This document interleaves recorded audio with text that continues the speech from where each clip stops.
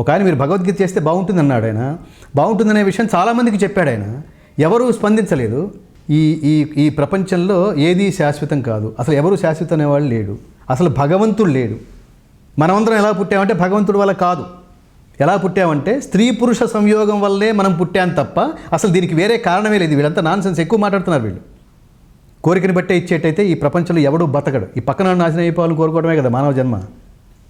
మన ఏడుపులకి 2 కారణాలు. ఒకటి మనకు లేదని, రెండోది పక్కనాడికి ఎక్కువ ఉందని. నేను ఎప్పుడో ఒకసారి చూశాను. అసలు పుట్టినరోజు ఎలా గడపాలి అని చాగంటి కోటేశ్వరరావు గారు మాట్లాడుతుంది. ఒకటి ప్లే చేసి మీ అభిప్రాయం చెప్పండి అంటే ఆయన ముందు ప్లే చేయడం ఏమిటి? అసలు అది వాళ్ళు చేసిన తప్పు. ఈ కేసు ఇది ఒక డిఫరెంట్ కేసు ఇది. అతను ముందు ప్లే చేస్తే అతను what non sense he's talking అన్నాడండి అతను. నీకు వాళ్ళకి తేడా ఏంటంటే నీకు ఫ్యాన్స్ ఉన్నారు, వాళ్ళకి ఫాలోయర్స్ ఉన్నారు. ఫ్యాన్స్ సక్సెస్ ఉన్నంతకాలమే ఉంటారు, ఫాలోయర్స్ ఐడియాలజీని బట్టి ఏర్పడతారు. మనం పోయిన తర్వాత కూడా ఉంటారు. ఆ తేడా తెలుసుకోవాలి నువ్వు. అంటే ఒక భగవద్గీతనే కాదు సార్, ఇప్పుడు మనకు తీసుకుంటే రామాయణం ఎంత గొప్పదో మనందరికీ తెలుసు. ఈరోజు మన పిల్లల్ని అడిగినా మనం ఫస్ట్ కథ ఏం చెప్తామంటే రామాయణం గురించి చెప్తుంటాం చిన్నపిల్లలకి. మా అబ్బాయి కూడా రామాయణం అంతా తెలుసు. సో అలాంటి రామాయణాన్ని కూడా అంటే వేరే దేశాల వాళ్ళకి ఇందాకంటే వేరే దేశాల గురించి మాట్లాడుకుందాం. ఇక్కడ మన వాళ్ళు, మన రచయితలు అంటే వాళ్ళ రచనలు చూసి ఎంతోమంది ఇన్స్పైర్ అయ్యేవాళ్ళు. మీకు తెలుసు రంగనాయకి లాంటి రచయితలు కూడా రామాయణ విషవృక్షం అనే రచన రాశారని. ఇలాంటివి కూడా పిల్లలు డెఫినెట్గా చదువుతారు, వాళ్ళ రచనలు ఇష్టం ఉన్నవాళ్ళు. ఇలాంటి మన పిల్లలు చదివితే వాళ్ళు ఏమని అర్థం చేసుకోవాలి? మన పిల్లలు చదవరండి. ఎందుకు చదవరంటే మన పిల్లలకి మన ఐడియాలజీ ఉంటుంది. ఒకవేళ చదివినా కూడా వాళ్ళకి ఏం అభిప్రాయం ఉంటుందంటే వీడి జ్ఞానం ఇంతే అనే అభిప్రాయం ఉంటుంది. కొన్ని కోట్ల మంది ఫాలో అయిపోయిన, కొన్ని యుగాలుగా ఫాలో అయిపోయిన ఒక దాని గురించి ఎవరన్నా ఒక నెగిటివ్గా మాట్లాడారనుకోండి, అది వాళ్ళ అభిప్రాయం కింద భావిస్తుంది. కానీ భారతదేశం మీరు ఒక విషయం గుర్తుపెట్టుకోండి. ఇప్పుడు రంగనాయకమ్మ గారిని కాదు, రావణాసురుడి పక్కన ఎవడున్నాడండి? విభీషణుడు అనే ఒక జ్ఞాని ఉన్నాడు. వాడు రాముడికి ఫ్యాను. నిజానికి రావణాసురుడు సోదరుడు. ఎవడు ఫ్యాన్ అయి ఉండాలి? రావణాసురుడు. వాడు ధర్మానికి ఫ్యాన్. భీష్ముడు పక్కనే ఉన్నాడు. ఎవడు? దుర్యోధనుడు. కృష్ణుడు మధ్యలో నిలబడితే ఇటు పక్కన దుర్యోధనుడు, ఇటు పక్కన అర్జునుడు ఉన్నాడండి. ఎవడు భగవంతుడిగా గుర్తించాడు? అంతే. ఎప్పుడు మంచి పక్కన చెడు, చెడు పక్కన మంచి, ఎప్పుడు సైమల్టేనియస్గానే జర్నీ చేస్తుంటాయి. అయితే వీళ్ళు కోటలలో లేరు. మనకి చెడు టికిల్ చేస్తున్నట్టుగా ఉంటుంది. ఒక అద్భుతమైన దేవుడి బొమ్మ బయట పోస్టర్ మీద అయింది, ఒక అశ్లీలమైన పోస్టర్ ఇక్కడ వేయండి. మానవుడి బుద్ధి జనరల్గా ఎలా ఉంటుంది? ఊరికే 4 సార్లు ఇటు చూస్తాం, ఒకసారి ఇటు చూస్తాం. 60 రోజులు దేవుని రోజు చూసేదే కదా అని. కాబట్టి ఇది సార్వజనీనమా? కాబట్టి ఇదే కరెక్ట్ అని అర్థమా? కాదు. అది దాని అర్థం అది కాదు. 90 మంది దుర్మార్గమైన మార్గంలో నడుస్తున్నారు, 10 మంది మంచి మార్గంలో నడుస్తున్నారు. అంటే అర్థం ఏంటంటే ఎక్కువ పర్సంటేజ్ దుర్మార్గమైన మార్గంలో నడుస్తున్నారు కాబట్టి మనం కూడా అటు వెళ్ళాలనే సందేశమా? కాదు. 10 మందే మంచి మార్గంలో నడుస్తున్నారని మనం అర్థం చేసుకోవాలి. మంచి వైపుకి వెళ్ళేవాడు 10 మందే ఉండాలి. రంగనాయకమ్మ గారు ఏంటంటే ఆవిడ పర్సెప్షన్లో, ఆవిడ జ్ఞానానికి, ఆ జన్మకి అంతే అర్థమైంది అనుకోవాలి. ఇంతకంటే అసలు కామెంట్ చేయకూడదు. ఒక్కోసారి మనం చూడండి, జ్ఞాననేత్రం తెరిచేంత వరకు, ఇది అండర్లైన్ అసలు పిల్లలకి, యూత్కి, అందరికీ, ప్రపంచానికి జ్ఞాననేత్రం తెరిచేంత వరకు మన ప్రపంచం మొత్తం అజ్ఞానంలో ఉంటుందండి. ప్రపంచం మొత్తం, మన మార్గం మొత్తం పూర్తిగా ఒక మార్గంలో ఉంటుంది. నేను అది అనుకోలేదురా, నేను రియలైజ్ అయ్యాను అనే మాట మాట్లాడతాం. ఎక్కడో ఒక చోట టర్న్ అవుతుంది జీవితం. అంతకుముందు వరకు అదే జీవితం, అదే పరమార్థం, అదే పరమావధి, అదే కరెక్ట్ అనిపిస్తుంది. ఎప్పుడు ఈ పక్క తీసుకెళ్ళేంతవరకు. మాకు ధనుర్దాస్ అని గొప్ప కథ ఉంది. అన్నమయ్యలో అట్లాంటి కథ ఒకటి ఏమంటారు ఇన్కార్పొరేట్ చేశారు. విశాల నేత్రాలు అనే కథ. మన చిన్నప్పుడు చదువుకున్నాం. ఇప్పుడు అట్లాంటివి ఉన్నాయో లేదో తెలియదు. వాడు ఒక అమ్మాయి గొడుగు పట్టుకుని వెళ్తున్నాడు. ఇది ఎక్కడ? రామానుజాచార్యులు గారి టైంలో. రామానుజాచార్యులు గారు వీడేంటి విచిత్రంగా ఉన్నాడు, ఎండలో ఒక అమ్మాయి గొడుగు పెట్టి నడుస్తున్నాడు ఏంటి, వీడి ఎండలో ఉండి అంటే ఆకర్షించింది. వాడి దగ్గరికి వెళ్ళాడు. వెళ్ళి, ఏంటైనా నీ పేరేమిటి అంటే, వాడు గొడుగులో ఉన్న తన ప్రియురాలి కళ్ళ వంకే చూస్తూ నా పేరు ధనుర్దాస్ అంటారండి. ఏమి వీడి తిరిగి మాట్లాడవా నాయన? లేదు మాట్లాడండి స్వామి. ఎందుకు నాయన? అందమంతా ఇక్కడ ఉంది కాబట్టి స్వామి అన్నాడు వాడు. అందమంతా అక్కడుందే, అంతకంటే అందాన్ని చూపిస్తే ఏం చేస్తావు నాయన అన్నాడు. అంతకంటే అందం ఉండదండి అన్నాడు వీడు. ఉండదంటే ఉంటే నీకు చూపిస్తే ఏం చేస్తావు అని. ఉండదయా బాబు, నీకేనా మెంటలా అన్నాడు. 4 సార్లు రెట్టించాడు. మహాత్ములు వాక్కులు కాబట్టి, వాళ్ళ తపస్సులు కాబట్టి వాడు ఒక క్షణం తల తిప్పి చూశాడు. ఉండదని చెప్తున్నాను కదా స్వామి అంటే, ఉంటే ఏం చేస్తావు? ఉంటే ఏం చేస్తాను, అటే వెళ్తాను అన్నాడు వాడు 10వసారి. అయితే ఒక్కసారి చూపిస్తారా నాన్న అని చెయ్యి పట్టుకున్నాడు. చెయ్యి ఎప్పుడైతే పట్టుకున్నాడో ఈ తపశక్తి మొత్తం చేతి నుంచి ట్రాన్స్మిట్ అయింది. ఈయన తీసుకువెళ్ళాడు, స్వామి ముందు నిలబెట్టాడు. చూస్తే ఆ స్వామి దివ్యమంగళ విగ్రహాన్ని చూసిన శక్తి నిరంతరం గుళ్ళల్లో అభిషేకాలు, పూజలు, వేదనాదాలు ఇవన్నీ జరుగుతున్నప్పుడు ఆ శక్తి అంతా విగ్రహాలకి ఆపాదించబడతాయి. శక్తి అంతా విగ్రహాలకు ట్రాన్స్మిట్. అంత ముందు వరకు విగ్రహమే. దాని మీద మనుషులు ఎక్కు తొక్కుతారు, కుక్కలు వచ్చపోయచ్చు, ఎండకెండి వానకి తడవచ్చు, దానికి ఇదే ఉండదు. ఎప్పుడైతే ప్రతిష్ఠ జరుగుతుందో, ప్రాణప్రతిష్ఠ, దైవశక్తి ఆపాదించబడుతుంది. దానికి ఉన్న శక్తిని బట్టి ఎంత ఆరాలో ఆ ఆరాలోకి వచ్చిన వాళ్ళందరికీ ఆ శక్తి అనుగ్రహం రూపంలో అందుతుంది. అది కదా తిరుమలలో ఉన్న మహత్యం ఏంటంటే అది కదా. ఎప్పుడైతే స్వామి దివ్యమంగళ విగ్రహాన్ని చూశాడో ఇంకా అచేతనుడై మొత్తం ప్రపంచం మొత్తం మర్చిపోయాడు, కాళ్ళ మీద పడ్డాడు. ఇంకా ఆ దేవుని చూడటం మానలేదు, పక్కన ఎవరున్నారో పట్టించుకోలేదు, ప్రియురాల్ని వదిలేశాడు. కాబట్టి ఇది దేనికి చెప్తున్నామంటే, అంత ముందు వరకు ఇదే ఆనందం అనుకున్న అజ్ఞానంలో ఉన్నవాడు ఆ తర్వాత ఎప్పుడైతే జ్ఞాననేత్రం తెరుచుకుందో, ఈ తెరుచుకోవడానికి మీరు బాగా గుర్తుపెట్టుకోండి, మీరు జీవితంలో ఈ కొన్ని సమ్మెట పోట్లు ఉంటాయి, సమ్మెట దెబ్బలు ఉంటాయి. జ్ఞానం వైపుకి వెళ్ళి తీసుకెళ్ళి ఆ దెబ్బ తగలటం అనేది గొప్ప అదృష్టం అండి, గొప్ప యోగం. ఒక జన్మలో ఆ దెబ్బ తగులుతుంది, ఒక జన్మలో అసలు తగలదు అనుకోండి, ఇంకా అదే జీవితం ఉంటుంది. ఉదాహరణకి పందులు ఉన్నాయి, ఆ జన్మలో ఒక సుగంధం అంటే ఏమిటో తెలియదు దానికి అది అద్భుతం. అది ఎవరికి అది అద్భుతం కాదని తెలుస్తుంది? సుగంధం విలువ కూడా ఒకటి తెలిస్తే, పక్కన దుర్గంధం పక్కన సుగంధం రెండు పక్కన పెడితే అప్పుడు ఇది బెస్ట్ అని తెలుస్తుంది. సో కొన్ని జీవితాలకు ఏంటంటే ఆ జీవితం మొత్తం ఈ ఆధ్యాత్మిక జ్ఞానం అనే కళ్ళు కనుక తెరవకపోతే ఒక జన్మ మొత్తం ఒకే అజ్ఞానంలో నడుస్తాం. దురదృష్టం ఏంటంటే అది అజ్ఞానం అని కూడా తెలియదు. సో అట్లా వాళ్ళు ఏంటంటే ఆ రాతల్లో వాళ్ళకి ఆనందం ఉంది అంతే. ఇన్ని కోట్ల మంది ఒక చోటకు వెళ్తున్నారంటే ఎంతమంది ఇందులో ఏం శక్తి ఉందని పరిశోధించడం ఒక జ్ఞానం, ఇన్ని కోట్ల మంది మోసపోతున్నారు అనుకోవటం అజ్ఞానం. అది ఓపెన్ కావాలంటే ఇప్పుడు నేను చెప్పాను, నేను ఉదాహరణకి నేనే సినిమా పాటలు పాడుతున్నాం, డబ్బు సంపాదిస్తున్నాం, స్టేజ్ షోస్ చేస్తున్నాం, అసలు స్ట్రెస్సే లేదు, ఆనందం అంటే ఇదే అనుకుంటున్నాం, ఆ వచ్చిన డబ్బులతో బోల్డ్ని కొంటున్నాం, ఇదే జీవితం అనుకుంటున్నాం. కానీ అది జీవితం కాదు ఇది అనుకున్నప్పుడు దాన్ని గ్రహించే సంస్కారం కూడా ఉండాలి. చుట్టూతా ఇప్పుడు మీరు ఎవరి పేరైతే పేర్కొన్నారో వాళ్ళ చుట్టూతా ఇవన్నీ ఉన్నప్పటికీ కూడా ఆ సంస్కారాన్ని గ్రహించే యాంటినా లేదు. ఒక ఆయన మీరు భగవద్గీత చేస్తే బాగుంటుంది అన్నాడు, ఆయన బాగుంటుందనే విషయం చాలామందికి చెప్పాడు, ఆయన ఎవరు స్పందించలేదు. ఇప్పుడు మీకు చాలా గొప్ప ఉదాహరణ చెప్పాలంటే జేకే భారవ్ అనే ఒక వ్యక్తి ఉన్నాడు, నాకు చాలా మంచి వ్యక్తి, నాకు చాలా అత్యంత ఆత్మీయమైన స్నేహితుడు. ఆయన నేను జర్నలిస్ట్గా చేస్తున్నప్పుడు నేను చాలా స్టార్డమ్ ఉన్న జర్నలిస్ట్ని. దీనికి ఎన్టీ రామారావు గారి నుంచి తర్వాత జనరేషన్ వరకు నాకు అనవసరమైన కమిట్మెంట్స్ లేవు, మందు అలవాట్లు, పిచ్చి అలవాట్లు అట్లాంటివి ఏం లేవు నాకు. సో కాలు మీద కాలేసుకుని అడగాల్సిన ప్రశ్న ధైర్యంగా అడిగేవాడిని. అట్లాంటి నేపథ్యంలో మీరు చెప్తే ఆయన వింటారు, నన్ను ఒకసారి పలానా డైరెక్టర్ దగ్గరికి తీసుకువెళ్ళరా అని అడిగాడు. ఆ డైరెక్టర్ అప్పుడు చాలా కుటుంబ కథా చిత్రాలు తీసే చాలా మోస్ట్ సక్సెస్ఫుల్ డైరెక్టర్. ఆయన దగ్గర తీసుకెళ్ళి ఈయన దగ్గర అన్నమయ్య అనే ఒక అద్భుతమైన స్టోరీ ఉంది, మీరు వింటే బాగుంటుంది అంటే ఆయన అన్నమయ్య. ఇప్పుడు మనం అన్నమయ్య ఎవరు చూస్తారండి? నేను చెప్తానండి, ఎప్పుడన్నా ఉంటే చెప్తానండి అన్నాడు ఆయన. ఆయన ఇట్లా 4-5 డైరెక్టర్ దగ్గర నేను తీసుకెళ్ళాను. అందరిది ఇదే పరిస్థితి. కమర్షియల్ సినిమాల ట్రెండ్లో ఉన్న వాళ్ళకి మామూలుగా ఎలా ఎక్కుతుంది? అదే కమర్షియల్ సినిమాల మార్గంలో ఉన్న రాఘవేంద్రరావు గారి దగ్గరికి జొన్నవిత్తులు అనే ఆయన ఈయన తీసుకెళ్ళాడు. ఈయన అన్నమయ్య హరికథ చెప్తాడు, వినండి, ఒక గంట సేపు కూర్చుందాం అంటే ఒక పండగ నాడు ఈయన హరికథ ఏర్పాటు చేశాడు. చేస్తే హరికథ వినేసి రాఘవేంద్రరావు ఈయన ఏడ్చిన చోట ఏడ్చేసి, ఈయన పడిపోయిన చోట పడిపోయి, ఈయన దొల్లేసిన చోట దొల్లేసి, ఈయన నవ్విన చోట నవ్వి ఏమంటారు ఒక అలౌకికమైన స్థితిలోకి చేరుకున్నాడు. ఏంటది అన్నమయ్యలో ఇన్ని వేరియేషన్స్ ఉన్నాయా? అప్పుడు అన్నారన్నమాట, దీన్ని సినిమాగా తీస్తే బాగుంటుంది. చూద్దాం, ఆలోచిద్దాం. మనం ఏమో ఈ కమర్షియల్ దీంట్లో వెళ్తున్నాం కదా, ఇప్పుడు పైగా మనం అన్నమయ్య తీస్తే ఎవడన్నా చూస్తాడా అన్నాడు ఆయన. అంటే వాళ్ళతో నాకున్న అనుబంధ దృష్ట్యా నేను రికలెక్ట్ చేసుకోగలుగుతున్నా ఇదనమాట. ఆ తర్వాత ఒక వారం 10 రోజులు అంటే ఒక పెద్ద మూసలోంచి అప్పటికి 100 సినిమాలు తీసేసిన రాఘవేంద్రరావు గారు సడన్గా ఆ మార్గంలోంచి కమర్షియల్ మార్గంలోంచి కాకుండా, నేను జనరల్గా చెప్తుంటాను BA రాఘవేంద్రరావు BA అంటే బొడ్డు మీద యాపిల్ అని చెప్పుకుంటుండేవాళ్ళు. అట్లాంటి రాఘవేంద్రరావు గారు ఒక్కసారి ఆధ్యాత్మిక మార్గంలోకి వచ్చి సక్సెస్ కాగలడా, పేరు వస్తుందా, ఇవేవి వీటన్నిటికీ సందేహం అని అనుకున్నప్పుడు వెంటనే ఒక ఫ్లాప్ సినిమా తీయడానికి ఇష్టపడిపోరు. పైగా రెగ్యులర్ సినిమా కాదు అది.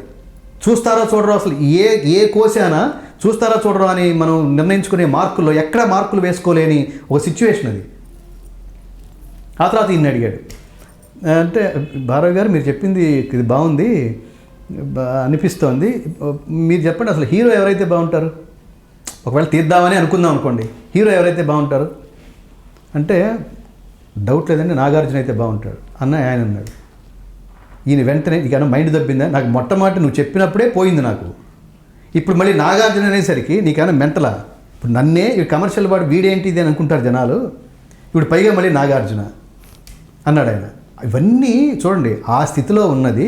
మళ్ళీ ఇంకో రోజు ఇంకో నెల రోజులు గడిచింది, మళ్ళీ ఇంకో రోజు స్నానం చేస్తూ, చాలా ఆలోచనలు బాత్రూంలో జరుగుతుంటాయి, స్నానం చేస్తూ ఆయన ఈ నాగార్జున అంటాడు, నాగార్జున అని ఎందుకు అనుకున్నాడు అసలు, ఇది అడుగుదాం.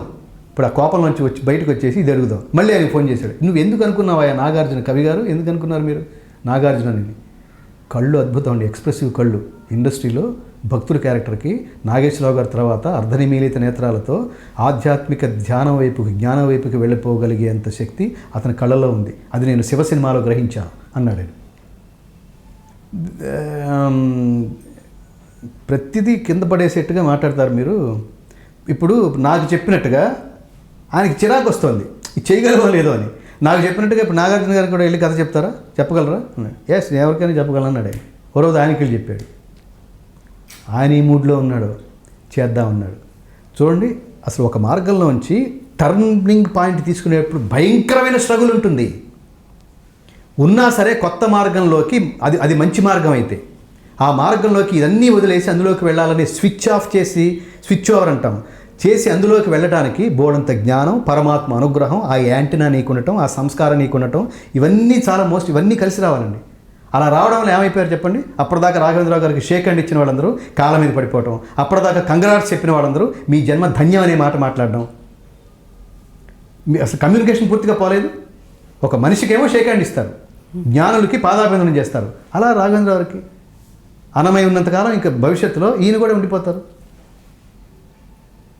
అట్లా అది ఇప్పుడు మనం ఎందుకంటున్నామంటే, ఎవరినన్నా పెద్దవాళ్ళని విమర్శిస్తున్నప్పుడు వాళ్ళు తెలుసుకోవాల్సింది ఏంటంటే, ఇన్ని యుగాలైనప్పటికీ రాముడు బతికుండటానికి, మన జనజీవన స్రవంతిలో రాముడి కథే ఉండటానికి కారణం ఏంటి? ఎవడు కావాలని ప్రచారం చేయట్లా, రాముడేం ప్రచారం చేసి వెళ్ళమని ఆయన ఏం ఆదేశించలేదు.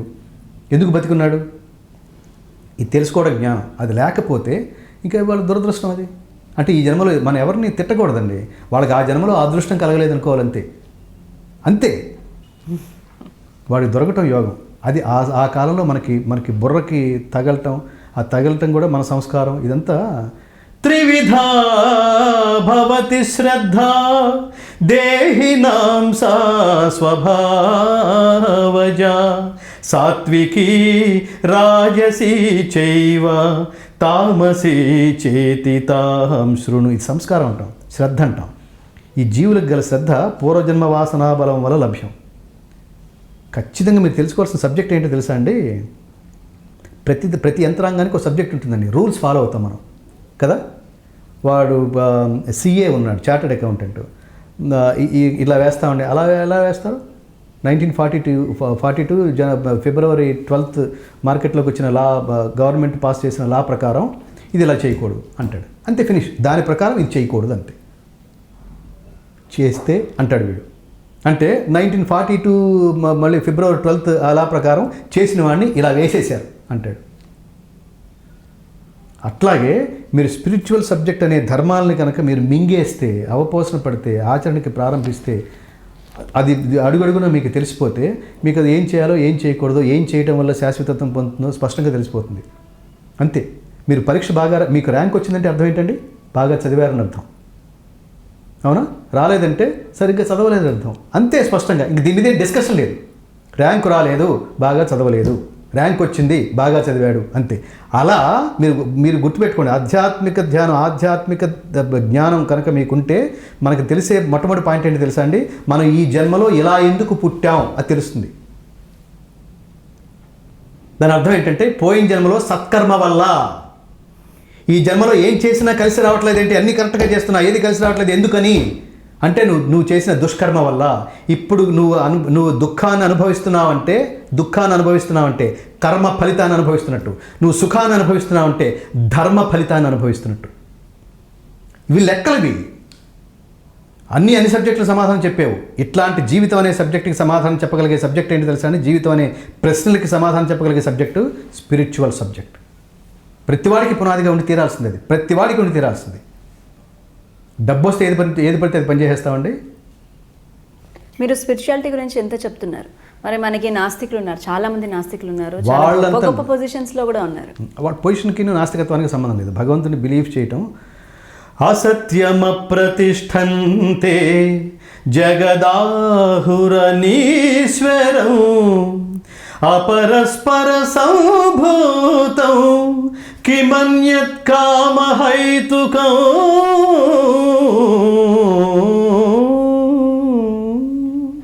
చాలా గొప్ప మాట.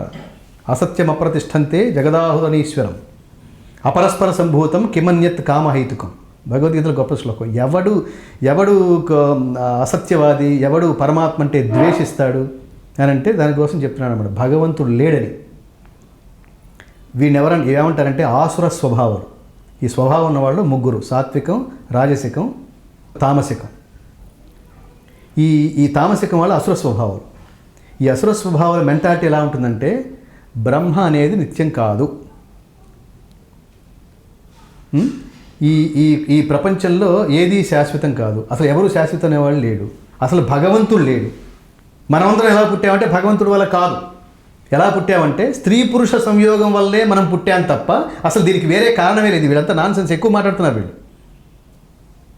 బ్రహ్మ సత్యం జగన్మిథ్య ఇట్లా చాలా మాట్లాడుతున్నారు. అవన్నీ కాదు అని వీడు అనుకుంటాడు. వీడని చెప్పిన వెండు. అక్కడ దాకా దీనికి తల్లిదండ్రులకి ఇద్దరు పిల్లలు ఉంటారండి.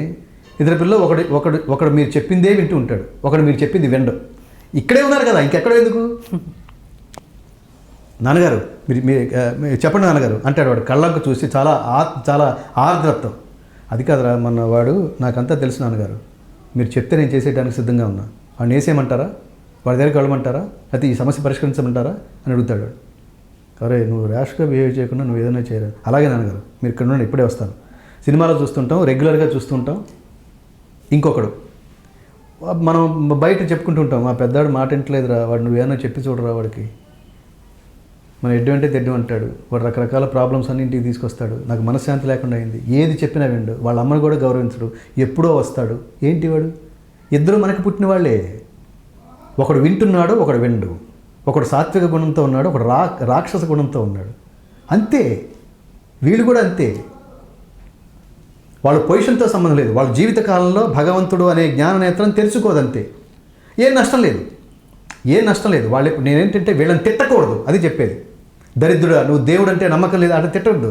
వాడికి ఆ జన్మలో లేదంతే, వాడి పని వాడు చేసుకుంటున్నాడు. ఇంకొకటి, నువ్వు పూర్తిగా ధర్మ మార్గంలోనే ఉన్నప్పుడు అసలు దేవుడి ప్రస్థానం కూడా అక్కర్లేదు. మీకు దేవుడు ఉన్నాడు, దేవుడు లేడు, ఈ రెండింటి మీద మీరు క్వశ్చన్ చేయండి. అసలు ఒక్కసారి పరిశీలించండి, పరిశోధించండి. దేవుడు లేడు అనేవాడు సైకాలజీ ఎలా ఉంటుంది, ఉన్నాడు అనేవాడు సైకాలజీ ఎలా ఉంటుంది చూడండి. దేవుడు ఉన్నాడు అనేవాడిది దాదాపుగా ధర్మబద్ధంగా ఉంటుంది. దాదాపుగా. దేవుడు లేడు అనేవాడు ఎవడో ఒకళ్ళో ఇద్దరో ముగ్గురో. దేవుడు లేడు అనేవాడు ఏంటంటే దేవుడు ఒకడు. అంటే దేవుడు అంటే ఏంటి? మన పైన మనం చేసే పనులని చూస్తూ దాన్ని మనం నియంత్రించేవాడు, మనకు తగిన శిక్ష విధించేవాడు, లేకపోతే మనకు తగినట్టుగా ఆశీర్వదించేవాడు. వీడు ఒకడు ఉన్నాడు అనే ఫీలింగు. లేడు అనేవాడు ఫీలింగు. ఈ లేడు అనేవాడు ఇంక నేను ఏం చేసినా ఎవడు నేను ఆన్సరబుల్ కాదు అనేంత రాక్షసంగా ఉంటాడు. మనం రాక్షసుల చరిత్ర దగ్గర నుంచి ఈరోజు వరకు చూస్తూనే ఉన్నాం. వీళ్ళలో నాకు అసలు దేవుడితో సంబంధం లేదు, నేను ధర్మబద్ధమైన మార్గంలోనే నడుస్తాను, నా దేవుడి మీద నమ్మకం లేదు, కానీ ధర్మంలో నడుస్తానన్న వాడికి అసలు వాడు దేవుడి గురించి ప్రస్తావించకపోయినా, నమస్కారం చేయకపోయినా, గుడికి వెళ్ళకపోయినా కూడా నష్టం లేదు.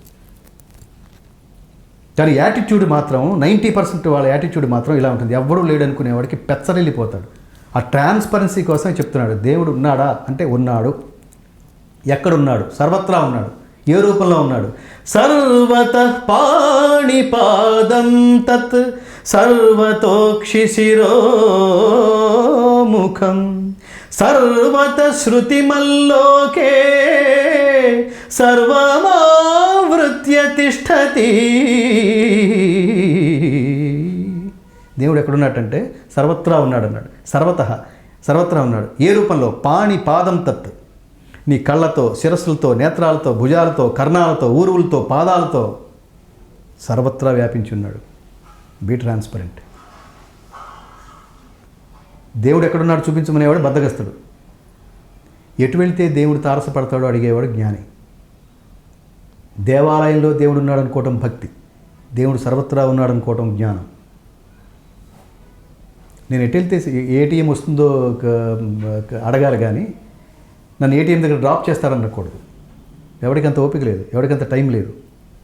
పైగా దేవుడు అనేవాడు గొప్ప అనుభవం. నీకు నువ్వు తపస్సు చేసుకుని, ఇప్పుడు ఉదాహరణకి నీకు నువ్వు తపస్సు చేసుకుని నువ్వు ప్రత్యక్షమైన అనుభూతి నువ్వు పొందాల్సిందే తప్ప ఎవడు తీసుకొచ్చి చూపించడు. దేవుడు కోరికని బట్టి కాదు, అర్హతని బట్టి ఇస్తాడు. God gives you what you deserve, not what you Dzire. కోరికని బట్టే ఇచ్చేటైతే ఈ ప్రపంచంలో ఎవడూ బతకడు. ఈ పక్కన నాశనం అయిపోవాలని కోరుకోవడమే కదా మానవ జన్మ. మన ఏడుపులకి 2 కారణాలు. ఒకటి మనకు లేదని, రెండోది పక్కనాడికి ఎక్కువ ఉందని. కాబట్టి ఏ మార్గంలో వెడితే పరమాత్మ తారసపడతాడు. భక్త్యా త్వనన్యయా శక్య అహమేవం విధోర్జున జ్ఞాతుం ద్రష్టుంచ తత్వేన ప్రవేష్టుంచ పరంతప. నన్ను గ్రహించడానికి, నన్ను చూడడానికి, నన్ను చేరుకోవడానికి అనన్యమైన భక్తి చేత మాత్రమే సాధ్యం. నువ్వు తప్ప నాకు ఇంకెవరు లేదనుకుంటే డెఫినెట్గా నువ్వు వాళ్ళనే ఉంటావు. వాడు ఏం చెప్పినా జరుగుతుందిరా అని ఎందుకంటున్నారంటే, ఎందుకనే వాడు పరమాత్మ వేరు కాదు. వాడు తపస్సులో ఉన్నాడు, వాడు నిత్యం ధర్మంలో ఉన్నాడు. అందుకని వాడి టంగ్ చాలా పవర్. ఏమంటే జరుగుతుంది. ఇప్పుడే నీ గురించి మాట్లాడుకుంటున్నావు, వచ్చావు అంటాను చూడండి. అది టంగ్ పవర్, విల్ పవర్ పెరుగుతుంది. ఆధ్యాత్మిక జ్ఞానం వల్ల ఈ క్షేత్రం చుట్టూతో ఉన్న ఆరా పెరుగుతుంది. ఆ పవర్ అన్నమాట అది. సో ఈ దేశంలో అంతా పాజిటివేనండి. మీరు కాళ్ళకి చైనా వాడు సగం వంగుతాడు, మనం మొత్తం పడిపోతాం. పడిపోతే అవతల వాడు ఊరుకోడు, ఆయుష్మాన్ భవ అంటాడు. ఎంత పాజిటివ్ అండి ఇది. నీ జ్ఞానాన్ని గ్రహించి, నీ జ్ఞానాన్ని గుర్తించి, నీ ముందు నేను ఏమీ కాదు అని నేను నీకు సరెండర్ అయిపోతున్నాను, నన్ను ఆశీర్వదించు, అంత అర్థం ఉంది పాదాభివందనం చేయడంలో.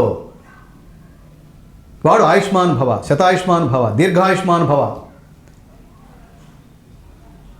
ఇట్లా ఆశీర్వదిస్తారు వాళ్ళు. సో కాబట్టి దేవుడు లేడు అన్నవాడి వల్ల దేవుడికి వచ్చే నష్టం ఏం లేదు. దేవుడు ఉన్నాడు అని తెలుసుకోవడం వల్ల నీకు వచ్చే లాభం ఎక్కువ. అల్టిమేట్గా వాడికి లాభం లేదు, వాడికి నష్టం లేదు. వాడు అన్నిటికీ అతీతం. వాడు ఏమిచ్చి సాటిస్ఫై చేయలేవు. తల్లిదండ్రులకు బిడ్డలు ఏమిచ్చినా సాటిస్ఫై చేయలేనట్టుగా దేవుడికి నువ్వు ఏమిచ్చినా ఏం నైవేద్యం పెడతావు? కృతజ్ఞత చెప్పుకోవడం తప్ప. వాడు నిజంగా తినడానికి ఉపక్రమించాడు అనుకోండి, ఏమన్నా ఇస్తావు వాడికి? దేవుడు వచ్చి పెట్టరా అన్నాడు అనుకోండి. సూర్యుడు ఒక రోజు మన దగ్గరకు వచ్చి, నీకు అసలు నెలకి ఇంతనే ఎలక్ట్రిసిటీ బిల్ కడుతున్నావు కదా, నువ్వు ఒక్కరోజు బిల్ కట్టరా అన్నాడు అనుకోండి. వాడు ఒక్కరోజు బిల్లు కట్టగలవా సూర్యుడికి? ఇక ఎక్కడ నువ్వు ఏ రకంగా వాడిని కనెక్ట్ అయ్యి నేను నీలోనే ఉన్నాను, నువ్వేం చెప్తే అది చేస్తానని సరెండర్ అవ్వటం తప్ప. అది భగవద్గీత ఎక్కడ తర్వాత మీకు అన్నీ మానేసి దేవుని గురించి భజన చేయమని ఏం చెప్పలేదు. నీ పని నువ్వు చేసుకుంటూ ఉండు, ధర్మబద్ధంగా చెయ్యి అంతే. నీలోనే వాడున్నట్టు, నీ ధర్మంలోనే వాడున్నట్టు అంతే. ఇంకా ప్రత్యేకంగా దీనికోసం ఏం అక్కర్లేదు, దీనికోసం కొళ్ళకెళ్ళక్కర్లా. సరే, అలాగే ఒక స్టార్ పొజిషన్లో ఉన్న వాళ్ళకి మనం అట్రాక్ట్ అవుతాం. వాళ్ళు ఏం చేసినా చూస్తాం. అందుకే వాళ్ళు థమ్స్అప్లు తాగమన్నా తాగుతున్నాం, వాళ్ళు ఏం చేయమంటే చేస్తున్నాం. ఒక స్టార్ పొజిషన్లో ఉన్న డైరెక్టర్స్ కూడా వాళ్ళు చెప్తే మనం ఇన్ఫ్లుయెన్స్ అవుతాం. అలాగే ఇప్పుడు రాఘవేంద్ర గారు అన్నమయ్య చూసిన తర్వాత తిరుపతికి రష్ పెరిగిందంట. సో అలాగే ఒక స్టార్ డైరెక్టర్ మన దేవుళ్ళ మీద హిందూ అయ్యుండి కమెంట్స్ చేస్తే దాన్ని కూడా మనం ఇన్ఫ్లుయెన్స్ అవుతాం. మనకు తెలిసిన కాంట్రవర్సీస్కి మారుపేరైన రామ్ గోపాల్ వర్మ గారు. సో శివుడు అనేవాడు ఒక హంతకుడు, ఆయనకు అసలు ఓపికే లేదు, సొంత కొడుకునే నరుక్కున్నాడు, వినాయకుడిని తల నరికాడు వచ్చారు అనే కాంట్రవర్సీ స్టేట్మెంట్స్ కూడా చేస్తున్నారు. సో దీనివల్ల మనం ఇన్ఫ్లుయెన్స్ అవుతాయి, మన సొసైటీకి అది బ్యాడ్ కాదంటారా? ఇన్ఫ్లుయెన్స్ ఎవరవుతారు అంటే, నేను ఇందాక చెప్పాను, ఆయన ప్రయాణిస్తున్న మార్గంలో ఆయనకు సరైన గురువు లేకపోవటం వల్ల. రెండోది అంటే నాకు పూర్తిగా ఆయన గురించి తెలియదు. నేను జర్నలిస్ట్గా కొంతకాలం నేను పనిచేసిన, ఆ పనిచేసిన కాలంలో అతను మార్గంలో అతని వేలే ఉండేవాడు. ఆయన గురించి ఏం చెప్పాను కానీ ఈ మధ్య నేను ఎక్కడో చదివితే ఆయన మీద ఒక కామెంట్ ఒకటి విన్నాను, దారి తప్పిన మేధావి అని. అది నాకు కరెక్ట్ అనిపిస్తుంది. మేధావి ఎందులో డౌటే లేదు. అతను చాలా కన్విన్స్ చేసేట్టుగా మాట్లాడతాడు. రెండోది అతను చాలా అమాయకంగా మాట్లాడతాడు. అతను చిన్నపిల్లలాగా మాట్లాడతాడు. అతను ఎలా అయినా మౌల్డ్ చేసుకోగలిగేంత చిన్నపిల్లలాగా ఉంటాడు. అతనిలో నేను ఆ పాజిటివ్ వే కూడా చూశాను. ఆ టైంలో అతనికి ఏదో పెచ్చరిల్లిన అహంకారం ఏదో ఉంటుంది. ఈ అహంకారాన్ని కూడా మనం జనరల్గా సినిమాలో చూస్తుంటాం. రావు గోపాలరావు ఎంత దుర్మార్గుడైనా పక్కన అల్లు రామలింగ ఏం చెప్తే అది వింటూ ఉంటాడు. ఎంత దుర్మార్గుడికైనా పక్కన ఒక స్నేహితుడు వాడిని ఇన్ఫ్లుయెన్స్ చేసి నువ్వు చేస్తుంది కరెక్ట్ కాదు, నువ్వు ఇది ఉండాలి, నువ్వు కరెక్ట్గా ఈ మార్గంలో వెళ్ళాలి అని చెప్తే వినేవాడు అప్పుడు ఉంటాడు. ఇలా వినేవాడు, ఇలా చెప్పేవాడు ఆయన పక్కన ఉన్నాడో లేడో నాకు తెలియదు. ఇప్పటి వరకు అలాంటి వాడు ఆయన పక్కన ఉన్నాడో లేదో తెలియదు. పైగా ఈ సబ్జెక్ట్కి సంబంధించి నేను ఇందాక చెప్పినట్టు దేవుడు ఉన్నాడో లేదో ఆయన తెలుసుకోకపోవడంలో వచ్చే నష్టమేం లేదు, దేవుడికి వచ్చే లాభం లేదు. ఇతనికి ఏమైనా లాభం ఉందని తెలుసుకుంటే అది వింటాడు. అసలు ఈ సబ్జెక్ట్లో ఏముంది అనేంత తీవ్రమైన పరిశోధన అతను చేశాడని నేను అనుకోను. రామ్ గోపాల్ వర్మ అనే మేధావి అసలు స్పిరిచువాలిటీ, దైవం అనే సబ్జెక్ట్లో ఉండే పవర్ ఏంటి, ఇన్ని కోట్ల మంది ఇలా ఎందుకు వెళ్తున్నారు, ఇది వన్ వే కమ్యూనికేషన్ కదా. దేవుడు ఎప్పుడు మనతో మాట్లాడు, కానీ కొన్ని కోట్ల మంది వెంకటేశ్వరం దగ్గరికి వెళ్ళి ఏమిటేమిటో మాట్లాడేస్తూ ఉంటారు. పూరి జగన్నాథ్ టెంపుల్కి వెళ్ళి ఏమిటేమిటో అడిగేస్తుంటారు, మాట్లాడేస్తుంటారు. దండం పెట్టేసి అసలు దొరికినంత కొంతమంది అసలు చాలా వెంకటేశ్వర స్వామిని ఒక్కసారి తెర తొలగించి చూడగానే చాలా ఓవర్ ఎమోషన్లో ఇంకా ఏడ్చేస్తుంటారు. కుప్ప కూలిపోయిన వాళ్ళు, ప్రాణాలు కోల్పోయిన వాళ్ళు, అసలు ఇంకా అశ్రువులు ఇంకా వాళ్ళతో ఇంకా అసలు అది చెప్పనే అక్కర్లేదు. అట్లా అట్లా నీళ్లు కారిపోతూ ఉంటాయి కళ్ళ నిండా. అట్లాంటి ఎమోషన్స్కి గురయ్యే వాళ్ళు ఉంటారు. సో ఇవన్నీ ఎందుకు ఇలా జరుగుతున్నాయి, ఎందుకు ఇందులో ఏముంది అని కనుక పాజిటివ్ వేలో ఇది అండర్లైన్ అండి. పాజిటివ్, ఇందులో ఏమీ లేదనుకునేవాడికి బాగా గుర్తుపెట్టుకోవాల్సింది ఉంది లేదు అని 2 పదాలు ఉన్నాయండి. ఉంది అనుకోవటంలో ఎంతో ఉందండి. భగవద్గీతలో ఏదో ఉంది అనుకుని ఇందులోకి వచ్చానండి. ఎంతుందో తెలిసింది. అందులో ఇంత కూడా ఇంకా నేర్చుకోలేదు, ఇంకా చాలా నేర్చుకోవాలనే తాపత్రయం ప్రారంభమైంది. దానికోసం ఎక్కడ మహాత్ములు ఉన్నా కూడా ఈ శ్లోకానికి మీరేం వ్యాఖ్యానం చెప్తారు అనుకుంటూ వెళుతున్నాం. లేదనుకున్నాం అనుకోండి, అసలు జీవితంలో ఈ పుస్తకమే ఓపెన్ అవ్వదండి. దానివల్ల ఈ పుస్తకానికి వచ్చిన ఆనందమే, ఈ పుస్తకానికి వచ్చిన లాభమే లేదండి. ఈ లాభం నష్టం అంతా నాకు సంబంధించింది. ఇది కనుక రామ్ గోపాల్ వర్మ గారి జీవితంలో ఎప్పుడైనా ఇందులో ఏదో ఉంది అనే ఆలోచన కనుక ఏర్పడితే గొప్ప వే ఒకటి ఏర్పడుతుంది. లేకపోతే ఇలాగే ఉంటుంది. కొన్నిసార్లు నేను చూస్తుంటాను, పిచ్చి ఆడియన్స్ చూసి ఇంక వాళ్ళ కర్మ అంటుంటాడు. నా సినిమాకి వస్తే లేకపోతే లేదు వాళ్ళ కర్మ. నాతో తీసేవాడు వాడు దురదృష్టవంతుడు అనుకుంటాను. వాళ్ళతో వీడు చూసినవాడు వాడు వెధవ అనుకుంటాను. ఇలా అంటే సమాజం మీద ఏ రకంగానూ గౌరవం లేకుండా, తన మీద కూడా గౌరవం లేకుండా అలా మాట్లాడుకోవడం అనేది అది దురదృష్టం. అంటే ఇట్లాంటి ఈ ధర్మం అనే ఒక సబ్జెక్ట్ కనుక ఓపెన్ కాకపోతే ఉండే నెగిటివ్ వే ఉంటుందే, అది అంత దారుణంగా ఉంటుంది. అయితే దీని ప్రభావం ఎవరి మీద ఉంటుందంటే తెలిసిన వాడి మీద ఉండదు. ఈయన తెలియకుండా కామెంట్ చేస్తున్నాడు. నేను ఎప్పుడో ఒకసారి చూశాను, అసలు పుట్టినరోజు ఎలా గడపాలి అని చాగంటి కోటేశ్వరరావు గారు మాట్లాడుతుంది. ఒకటి ప్లే చేసి మీ అభిప్రాయం చెప్పండి అంటే ఆయన ముందు ప్లే చేయడం ఏమిటి, అసలు అది వాళ్ళు చేసిన తప్పు. ఈ కేసు ఇది ఒక టైప్ డిఫరెంట్ కేసు ఇది. దాని ముందు అది ఎవరికి చెప్పాలి, ఇందాక చెప్పాను, భక్త్యా త్వనన్యయా శక్య అహమేవం విధోర్జున. వాడికి ఎవరికి చెప్పాలో ఎవరికి చెప్పకూడదు అవన్నీ చెప్తున్నాడు. ఇంట్రెస్ట్ లేని వాడికి చెప్పకూడదు. అతను ముందు ప్లే చేస్తే అతను what non sense he's talking అన్నాడండి. అతను నీకు వాళ్ళకి తేడా ఏంటంటే, నీకు ఫ్యాన్స్ ఉన్నారు, వాళ్ళకి ఫాలోయర్స్ ఉన్నారు. ఫ్యాన్స్ సక్సెస్ ఉన్నంతకాలమే ఉంటారు, ఫాలోయర్స్ ఐడియాలజీని బట్టి ఏర్పడతారు, మనం పోయిన తర్వాత కూడా ఉంటారు. ఆ తేడా తెలుసుకోవాలి నువ్వు. పైగా సక్సెస్ నీ చేతిలో లేదు. ఇది చాలా ఆలోచించాల్సిన విషయం అండి. సినిమా ఆర్టిస్టులకి ఫ్యాన్స్ ఉంటారు, ఫాలోయర్స్ ఉండరు. ఫ్యాన్స్కి ఫాలోయర్స్కి తేడా ఏమిటి? ఫ్యాన్స్ అంటే సక్సెస్ వల్ల పుడతారు, సక్సెస్ ఉన్నంతకాలమే ఉంటారు. సీనియర్ ఆర్టిస్టులు ఉంటారండి, వాళ్ళకి ఇప్పుడు ఫ్యాన్స్ లేరు. ఎందుకు లేరంటే వాళ్ళ కొడుకులకి షిఫ్ట్ అయ్యారు. ఈ షిఫ్టింగ్ కూడా ఉంటుంది, ఫాలోయర్స్కి షిఫ్ట్ ఉండదు. గాంధీజీ లేడు, కానీ గాంధీజీ ఫాలోయర్స్ ఇంకా ఉన్నారు. ఎందుకున్నారంటే ఫాలోయర్స్ ఐడియాలజీ వల్ల వస్తారు నీ దగ్గరికి. నీ ఐడియాలజీ నాకు నచ్చింది అని వస్తారు. నువ్వు లేకపోయినా నీ ఐడియాలజీని అట్లా తీసుకుని ప్రపంచానికి పోతుంటారు. లేకపోతే 5000 సంవత్సరాల తర్వాత భగవద్గీత ఏంటండి? నువ్వు మొన్న తీసిన సినిమా ఇవాళ మార్కెట్లో ఉంటుందో లేదో తెలియదు. అది ఒక సూపర్ డూపర్ హిట్.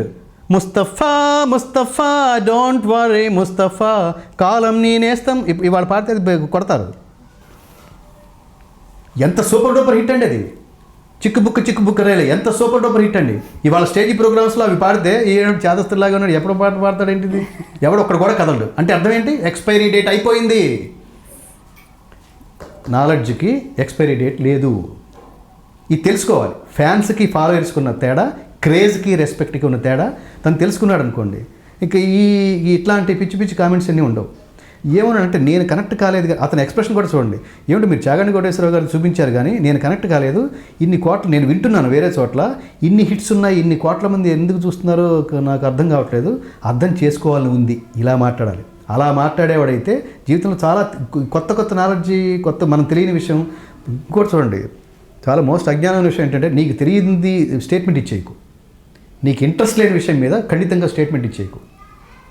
అప్పుడు ఏమవుతుందంటే చాలామంది దృష్టిలో ఎట్ ఏ టైం నువ్వు మూర్ఖుడుగా కూడా నువ్వు మూర్ఖుడుగా భలే మాట్లాడావని నాస్తికులు ఎలా అయితే అనుకుంటారో, వీడేంటి ఇలాంటి వాడు ఏంటని కొన్ని కోట్ల మంది కూడా అనుకుంటారు.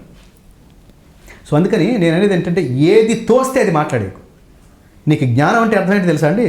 స్టేజీ మీద ఉన్నప్పుడు ఒక రకంగా మాట్లాడాలండి, స్టేజీ దిగిన తర్వాత ఇంకో రకంగా మాట్లాడాలి, నీ ఫ్రెండ్స్ ఉన్నప్పుడు ఇంకో రకంగా మాట్లాడు, ఎవరు లేనప్పుడు గదిలో ఉన్నప్పుడు ఇంకో రకంగా మాట్లాడాలి. అంతేగాని ఏదనుకుంటే అది స్టేజ్ మీద మాట్లాడేసేయకూడదు, జనాల్ని ప్రభావితం చేస్తుంది కాబట్టి. అక్కడ ఎవడన్నా బలహీనుడు ఉంటే, పొరపాటు నువ్వు అనుకుంటే నిజమని అనుకుంటే వాడు సర్వనాశనం అయిపోతాడు.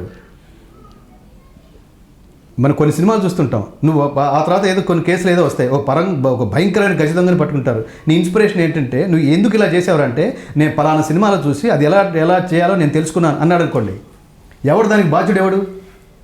వీడు ఏమంటాడంటే ఆ సినిమాలు చూస్తేనే మంచివాళ్ళుగా మారిపోతారా, సినిమాలు చూస్తే అందరూ చెడుగా మారిపోతారా?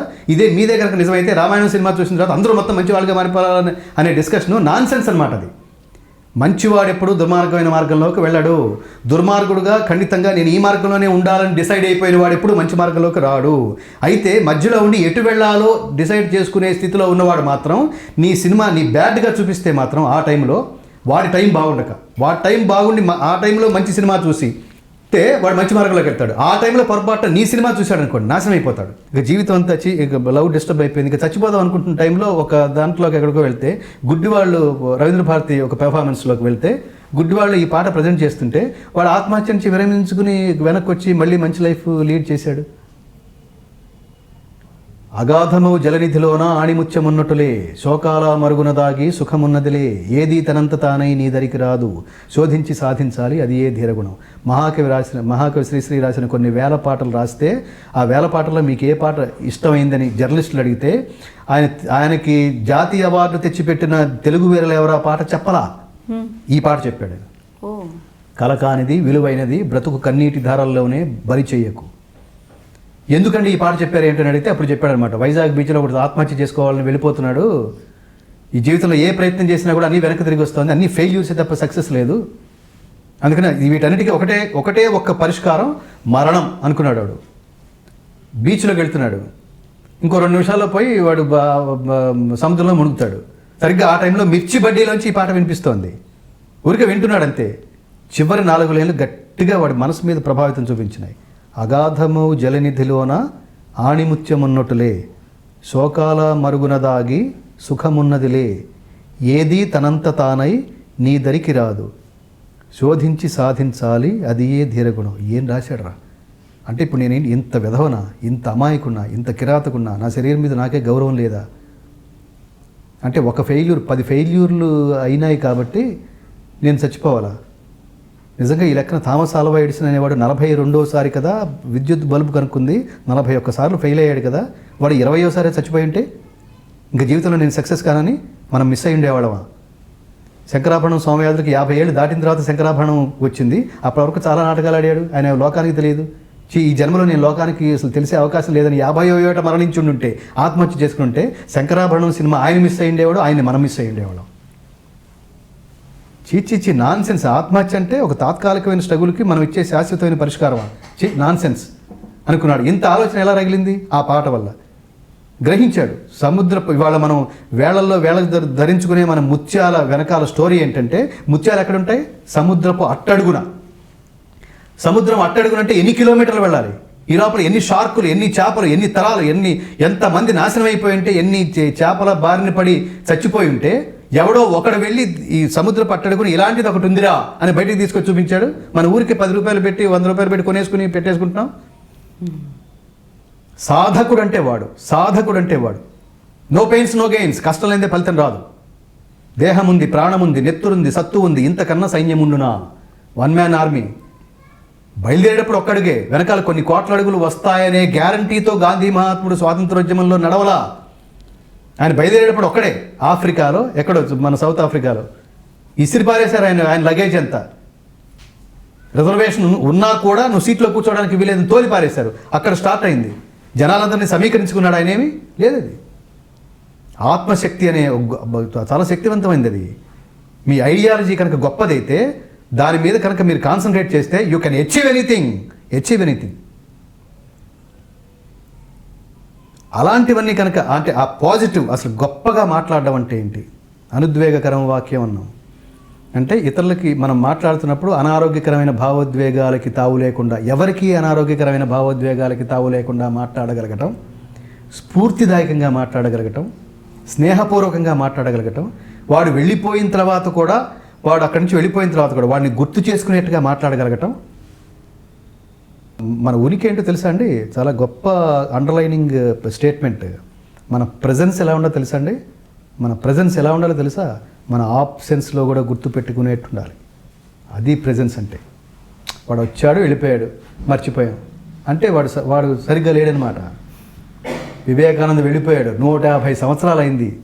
దేశమే ఆయనకి అసలు ఏమంటారు యువకుల పేరుతో ఆయన పేరుతో జయంతి ఉత్సవాలు చేస్తున్నారు. 150 సంవత్సరాలు ఆయన ఏమైనా చేయమని అడిగాడా? మనం చాలా కాలం బతికేస్తున్నాం. ఆయన 39 సంవత్సరాలే బతికాడు. శంకరాచార్య 32 సంవత్సరాలే బతికాడు. వీళ్ళెవరు 40 సంవత్సరాలు చూడాల. ఎంత కాలం బతికామన్నది కాదు, ఎలా బతికామన్నది, ఎలా సంపాదించామన్నది ముఖ్యం, ఎంత సంపాదించామన్నది కాదు. ఇవన్నీ విలువలు. కెమెరా ఎక్కడ పెడితే ఎక్స్పోజ్ చేయొచ్చు, ఎక్కడ పెడితే కమర్షియాలిటీ, ఏం నాన్ సెన్స్ మాటలు అవన్నీ. రింగరింగా కమర్షియల్ పాట కాదు నా దృష్టిలో. భం భం భోలే శంఖం మోగెలే తద్దినక దిందరువై సందడి రేగని. ఆ పాట చిరంజీవి గారి పాట. ఎంత జనాలు ఎంత ఎంజాయ్ చేశారని. కొడితే కొట్టాలిరా, 6 కొట్టాలి, ఆడితే ఆడాలిరా, రఫ్ ఆడాలి. అవి కమర్షియల్ పాటలు. బాట ఏదైనా కానీ ముందుకెళ్ళాలి, ముళ్ళ బాటైనా పూల బాటైనా లక్ష్యం చేరుకోవాలి. మాస్ అనే దాన్ని పెట్టేసి బూతు పాటలు పాడే ఏమంటారు డ్యాన్స్ బీట్ ఉండి బూతు పాటలు ఉంటేనే మాస్ ఎంజాయ్ చేస్తారనుకోవటం అజ్ఞానం అండి. ఇవి కమర్షియల్స్ కాదు. అవి చిరంజీవైనా పుడుతూనే మెగాస్టార్ అయిపోలేదయ్యో, తెగించి సత్తా చూపందే సడన్గా స్వర్గం రాదయ్యో. అది మనకి ట్యూన్ చూడండి ఎంత టిక్లింగ్గా, ఎంత కమర్షియల్గా ఉందో, ఎంత వేదాంతం ఉందండి, ఎంత జీవితం ఉందండి, ఎంత జ్ఞానం ఉందండి, ఎంత స్ఫూర్తి ఉందండి అందులో. చిరంజీవి పుడుతూనే మెగాస్టార్ అయిపోలా, తెగించి సత్తా చూపందే సడన్గా తెగింపు సత్తా, ఇవి ఉంటేనే స్వర్గం అనే సుఖం అనే శాశ్వతత్వం. అవి సినిమా పాటలు అంటే. అద్వైత సిద్ధికి అమరత్వ లబ్ధికి గానమే సోపానము, సత్వసాధనకు సత్యశోధనకు సంగీతమే ప్రాణము, శంకరాభరణము. రిక్షావాడు పాడుకున్నాడండి అది. నేను అసలు ఆ శంకరాభరణం నేను ఈ సందర్భంగా విశ్వనాథ్ గారికి ఈ ఛానల్ ముఖత ఆయనకి శిరస్సు వంచి జాతి తరపున పాదాభివందనం. ఆయన స్ఫూర్తితో ఎదిగిన వాడిని నేను. ఆయన ఎవరో తెలియదు నాకు. నా ప్రారంభంలో శంకరాభరణం సినిమా చూసి ఇన్స్పైర్ అయ్యి శాస్త్రీయ సంగీతం నేర్చుకోవడం కోసం హైదరాబాద్ వచ్చా. ఆ మార్గం శాస్త్రీయ సంగీతం నేర్చుకోవడం కారణంగా సంపూర్ణ భగవద్గీతకి ఇవాళ నేను కంపోజ్ చేయగలిగా. ఘంటసాల గారు పాడిన 106 మినహా మిగతావన్నీ నేను కంపోజ్ చేసుకోగలిగా. ఇవన్నీ నా కోసమే చేశాడు ఆయన, నా కోసం చేయలే ఆయన, ఆయన కోసం ఆయన చేసుకున్నాడు. అది ఆయన సంస్కారం. ఆ సంస్కారవంతుడు కావడం వల్ల మేమందరం మాలాంటి వాళ్ళ అందరూ ఈ జాతికి ఇది ఇచ్చారు.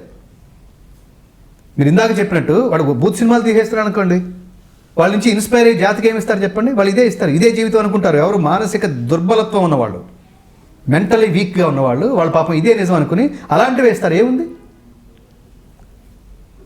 చరిత్రలో సావిత్రి మిగిలిపోతుంది గౌరవంగా. సంస్మరణ సభలు మిగిలిపోవడం అంటే షకీలా కూడా మిగిలిపోవచ్చు. మిగిలిపోవడం అంటే ఏంటి తెలుసా అండి? సంస్మరణ సభలు వాళ్ళకే జరుగుతాయి.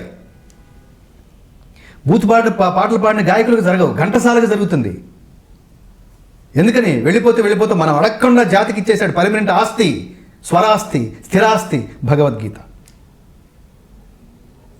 సో అవి పాటలు ఆయనకి సందర్భం లేకపోయినా విశ్వనాథ్ గారు చూడండి, దానికి ఏదో సందర్భం కల్పిస్తాడు. నెయ్యమునల్లో నేరేలో అన్నమయ్య కీర్తనలు, తందనానాహి అన్నమయ్య కీర్తన. అసలు విశ్వనాథ్ గారి సినిమాలో అన్నమయ్య కీర్తనకి ఏముంటుంది? అసలు సందర్భం కల్పిస్తాడు. మళ్ళీ అదే అంశ మళ్ళీ త్రివిక్రమ్ కూడా ఉంది. దేవదేవం భజే దివ్య ప్రభావం అత్తారింటికి దారేది సినిమాలో పెట్టాడు ఆయన. ఏమి దానికి అవసరం? ఎంఎస్ సుబ్బలక్ష్మిది అత్తారింటికి దారేదికి ఇందులో ఏముంటుంది అనుకోం, మనం పెట్టాల్సిన అవసరం ఏంటి అనుకోం, చూసిన తర్వాత అవసరం ఏంటి అని అనిపించింది మనకి. ఇవి జాతికి అవసరం, జాతి ఆస్తుల్ని కాపాడేవాళ్ళు వీళ్ళు డైరెక్టర్స్. మీరు ఇందాక చెప్పినట్టుగా వాళ్ళ గురించి ఏమీ ఎక్కువ డిస్కస్ ఎందుకు అంటే దురదృష్టవశాత్తు ఎందుకు ఎక్కువ డిస్కస్ చేసుకుంటున్నామంటే ఇది దురదృష్టం అని ఆయనకి తెలియజేయడం కోసం, దీన్ని దురదృష్టం అని ఫీల్ అవుతున్న వాళ్ళు కూడా ఉన్నారు అని ఆయన తెలియజేయడం కోసం. ఏదో దేని మీద గోడ మీద వర్షం పడ్డట్టుగా ఆయన దులపరం చేసుకోవడం కోసం కాదు. దయచేసి 1 మినిట్ ఆలోచించండి. అంటే మానసిక దౌర్బల్యం అనమాట ఇది, అతి దురదృష్టకరం పీడ, దేశానికి పెట్టిన పీడ అనమాట. ఈ చెదలన్నీ దులిపేసేయాలి, చాలా ట్రాన్స్పరెంట్గా వాళ్ళని తయారు చేయగలగాలి. ఈ దేశంలో పుట్టావు, నీకు డబ్బులే, క్యాస్ట్ చెప్పు తీసి కొడతారు, క్యాస్ట్ గురించి మాట్లాడకు. ఈ దేశంలో పుట్టావు, మేము అందరినీ ప్రోత్సహిస్తాం, నీకు డబ్బు లేదా అవకాశం కల్పిస్తాం, ఒళ్ళు దగ్గర పెట్టుకుని జాగ్రత్తగా చదువు. ఏం జరిగిందిరా అంటే రక్తం ఉడికిపోతుంది సార్, నేను మీకు చెప్పాలన్నా కూడా ఉడికిపోతుంది నాకు అన్నాడు. ఏంట్రా ఏమైందిరా చెప్పు అంటే వాడు చెప్తున్నాడు. ఆ బస్సులో వాడు కూర్చున్నాడు, వాడి పక్కన ఒక ముస్లిం యువతి ఒక ఆవిడ కూర్చుంది, ఆవిడ ముసుగేసుకుని ఉంది, వీడు మామూలుగా కూర్చున్నాడు, వీడు నిద్రపోతున్నాడు. వాడు సడన్గా బస్సు కుదుపుతో వాడు మెలకు వచ్చింది.